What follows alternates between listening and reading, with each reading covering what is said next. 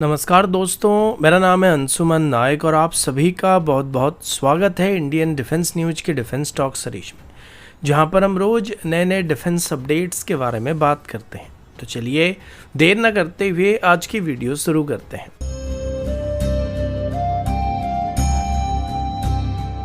आज की पहली अपडेट डीआरडीओ की तरफ से है। रिपोर्ट्स के मुताबिक डीआरडीओ की तरफ से भी एक बहुत ही बड़ी सफलता हासिल किया जा चुका है, जिसमें डीआरडीओ की तरफ से भी सफलता के साथ पहला फोटोनिक रडार सिस्टम को डेवलप कर लिया गया। ये एक नेक्स्ट जनरेशन का रडार है जो कि ट्रेडिशनल आरएफ सिग्नल की जगह पर लाइट बेस्ड फोटोनिक कंपोनेंट का इस्तेमाल करता है, जिससे high resolution imaging, stealth aircraft detection और इलेक्ट्रॉनिक जैमिंग के खिलाफ इम्यूनिटी मिल सकता है। और डीआरडीओ के मुताबिक अभी यह radar full scale field trial के लिए तैयार हो चुका है। अभी तक हमारे radar system mainly radio frequency signal का इस्तेमाल करते थे, लेकिन फोटोनिक रडार के अंदर सिग्नल जनरेशन और प्रोसेसिंग के लिए लाइट वेव्स यानी कि ऑप्टिकल या फिर इंफ्रारेड स्पेक्ट्रम का इस्तेमाल किया जाता है। इसका सबसे बड़ा फायदा ये है कि इस रडार से स्टेल्थ एयरक्राफ्ट और ड्रोन्स को या लो आरसीएस वाले टारगेट को इजीली डिटेक्ट किया जा सकता है। इस रडार को जैम करना वैसे ही मुश्किल होने वाला है, क्योंकि ये ऑप्टिकल फ्रिक्वेंसी पे काम करता है और इसका सिग्नल टू नॉइज रेशियो काफी हाई होता है, जिससे क्लियर और एक्यूरेट टारगेट इमेज जनरेट हो पाता है। डीआरडीओ के सोर्सेज के मुताबिक 2025 के एंड तक इस रडार की एक्सटेंसिव ट्रायल को स्टार्ट किया जाने वाला है। और इस रडार की सबसे खास बात यह भी है कि यह रडार एक स्केलेबल और पोर्टेबल सिस्टम होने वाला है, जिस वजह से इसे फिक्स्ड, ट्रक माउंटेड और इवन एयरक्राफ्ट में भी इंटीग्रेट करने के लिए इस्तेमाल किया जा सकता है, जो कि हमारी एग्जिस्टिंग फाइटर जेट के साथ इंटीग्रेट होने से ये स्टेल्थ टारगेट को भी नॉर्मल फाइटर जेट की तरह डिटेक्ट करने की कैपेबिलिटी दे सकता है। इस रडार का डेवलपमेंट डीआरडीओ के एलआरडी बेंगलुरु फैसिलिटी में किया जा रहा है, जहां पे पहले उत्तम इस रडार को डेवलप किया गया था। फोटोनिक रडार में फोटोनिक इंटीग्रेटेड सर्किट का भी इस्तेमाल किया जाता है, जो ट्रेडिशनल सर्किट के मुकाबले काफ़ी ज़्यादा फास्ट और एक्यूरेट होते हैं और काफ़ी एनर्जी एफिशिएंट होते हैं। इस वजह से real time targeting, multiple target detection और इवन हाइपरसोनिक टारगेट को भी ये डिटेक्ट और ट्रैक करने की कैपेबिलिटी प्रोवाइड करने वाला है। इस सिस्टम के जरिए भारत अब उन फ्यू कंट्रीज के लिस्ट में शामिल भी होने वाला है जो कि पहले से ही फोटोनिक रडार के ऊपर डेवलपमेंट कर रहे हैं। अगला अपडेट इंडियन एयरफोर्स की तरफ से है। 23 से 25 जून के बीच इंडियन एयरफोर्स के air chief marshal Amarpreet Singh Greece के विजिट पर गए हुए थे, जहां उन्होंने हेलेनिक एयरफोर्स के चीफ के साथ बायलैटरल एयरफोर्स कोऑपरेशन को लेकर चर्चा किया था। और इसी बीच ग्रीस की तरफ से 15 मिराज 2000-5 फाइटर जेट को भारत को ऑफर करने की बात सामने आई है, जिसको ग्रीस की तरफ से अपनी एयरफोर्स से रिटायर किया जा रहा है। ग्रीस की एयरफोर्स में मिराज 2000-5 जेट 1990s के एंड में इंडक्ट करना स्टार्ट किया गया था, लेकिन अभी ग्रीस की तरफ से इन जेट को रफाल से रिप्लेस करने का फैसला किया जा चुका है, जिस वजह से वो रिटायर हुए जेट्स को सेकेंड हैंड कंडीशन में भारत को ऑफर कर रहे हैं, क्योंकि भारत अभी लगभग 45 के आसपास मिराज 2000 को ऑपरेट कर रहा है और 2040 तक भारत इनको ऑपरेट करने वाला है, जिस वजह से स्पेयर पार्ट के लिए ग्रीस की तरफ से इन एयरक्राफ्ट को भारत को इस्तेमाल करने के लिए ऑफर किया जा रहा है, या फिर अगर भारत चाहे तो इनको ऑपरेशनल रोल में भी डिप्लॉय कर सकता है, क्योंकि अभी भी ग्रीस की मिराज 2000 के पास 10 से 15 साल के आसपास ऑपरेशन लाइफ बचा हुआ है। लेकिन प्रॉब्लम यह कि इंडियन एयरफोर्स की मिराज 2000 को इंडियन एयरफोर्स के हिसाब से कस्टमाइज किया गया था, तो अगर भारत ग्रीस की मिराज 2000 को एक्वायर करके इनको डायरेक्टली ऑपरेशनल रोल में डिप्लॉय करना चाहेगा, तो इसके लिए इन जेट को फर्दर मॉडिफाई करना पड़ेगा, जो कि एक कॉस्टली प्रोसेस हो सकता है। एक ही कंडीशन में भारत इन जेट को खरीद सकता है, और वो ये कि अगर इन जेट को सस्ते दाम पर भारत को ऑफर किया जाता है तो इनको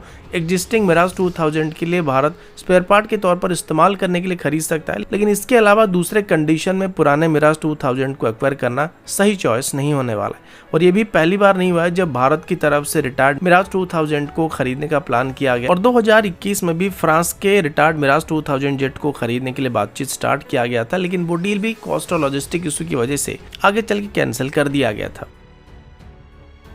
अगला अपडेट इस दिल्ली 177S इंजन की तरफ से। ये इंजन यूनाइटेड इंजन कॉर्पोरेशन की तरफ से डेवलप किया गया, जो कि रोस्टे ग्रुप का एक पार्ट है।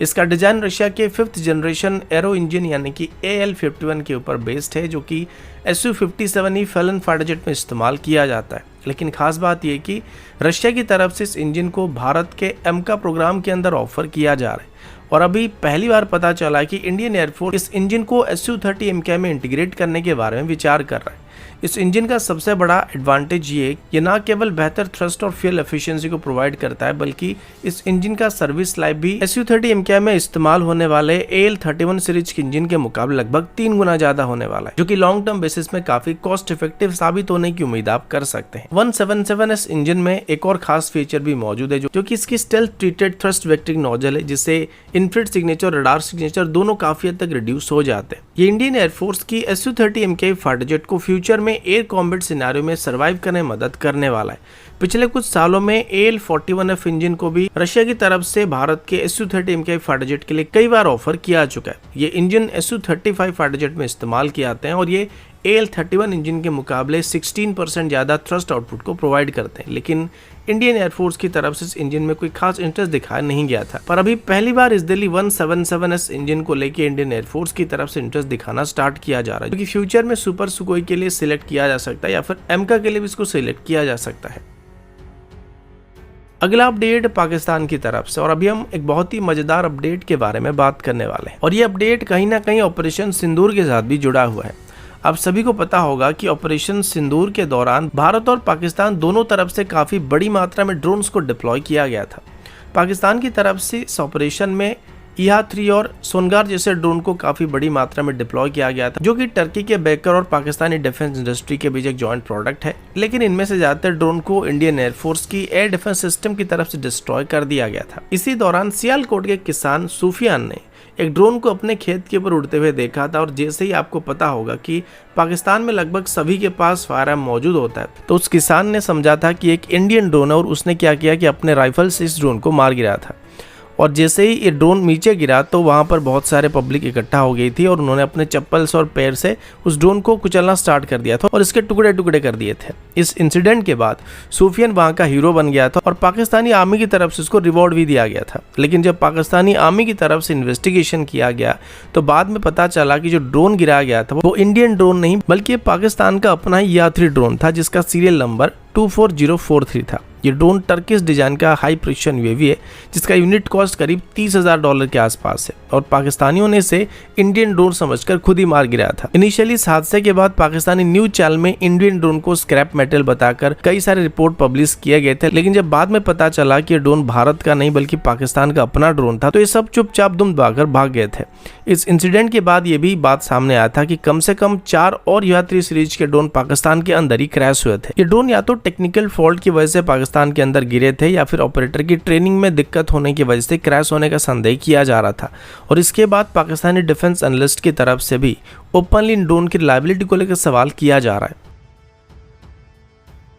अगला अपडेट DRDO की तरफ से है, और अभी हम DRDO की तरफ से डेवलप किए जा रहे प्रोजेक्ट कूसा के बारे में बात करने वाले हैं। DRDO की तरफ से अभी प्रोजेक्ट कूसा के M2 और M3 इंटरसेप्टर मिसाइल के लिए एक मोबाइल लॉन्चर सिस्टम को एक्वायर करने का प्लान किया जा रहा है, और उसके लिए अब एक रिक्वेस्ट फॉर प्रपोजल को इशू किया जा रहा है। प्रोजेक्ट कूसा को अब officially extended range air defence system या ERADS सिस्टम भी कहा जा रहा है, और DRDO की तरफ से इस मेगा डिफेंस प्रोजेक्ट के लिए एक नया रिक्वेस्ट फॉर प्रपोजल को इशू किया गया। इसमें उन्होंने मोबाइल लॉन्चर सिस्टम बनाने के लिए इंडियन वेंडर को इन्वाइट किया है। ये लॉन्चर सिस्टम खास तौर पर M2 और M3 इंटरसेप्टर मिसाइल के लिए खरीदे जाने वाले या डेवलप किए जाने वाले, जिसका रेंज 250 किलोमीटर से लेकर 400 किलोमीटर तक होने वाला है। ये interceptor missile modern stealth fighter jet, drones, cruise missiles और इवन बैलिस्टिक मिसाइल तक को भी ट्रैक और डिस्ट्रॉय करने के लिए डिजाइन किए जा रहे हैं, और M3 मिसाइल को स्पेशली AWACS को और हाइपरसोनिक टारगेट को काउंटर करने के लिए ऑप्टिमाइज किया जा रहा है। लेकिन मिसाइल के अलावा इसकी लॉन्चर प्लेटफॉर्म को भी अभी डेवलप करना काफी जरूरी होने वाला है, जिस वजह से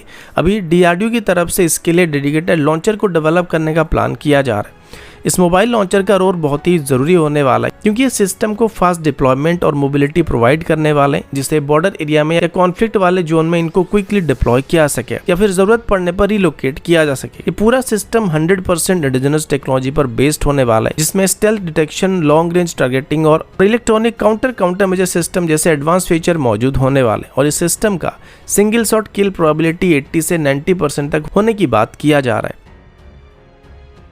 अगला अपडेट इंडियन एयरफोर्स की एरियल रिफिलिंग एयरक्राफ्ट की तरफ से है। इंडियन एक्सप्रेस की रिपोर्ट के मुताबिक इंडियन एयरफोर्स की तरफ से फाइनली अपना long pending air to air refilling aircraft procurement program को फास्ट ट्रैक किया जाने वाला है।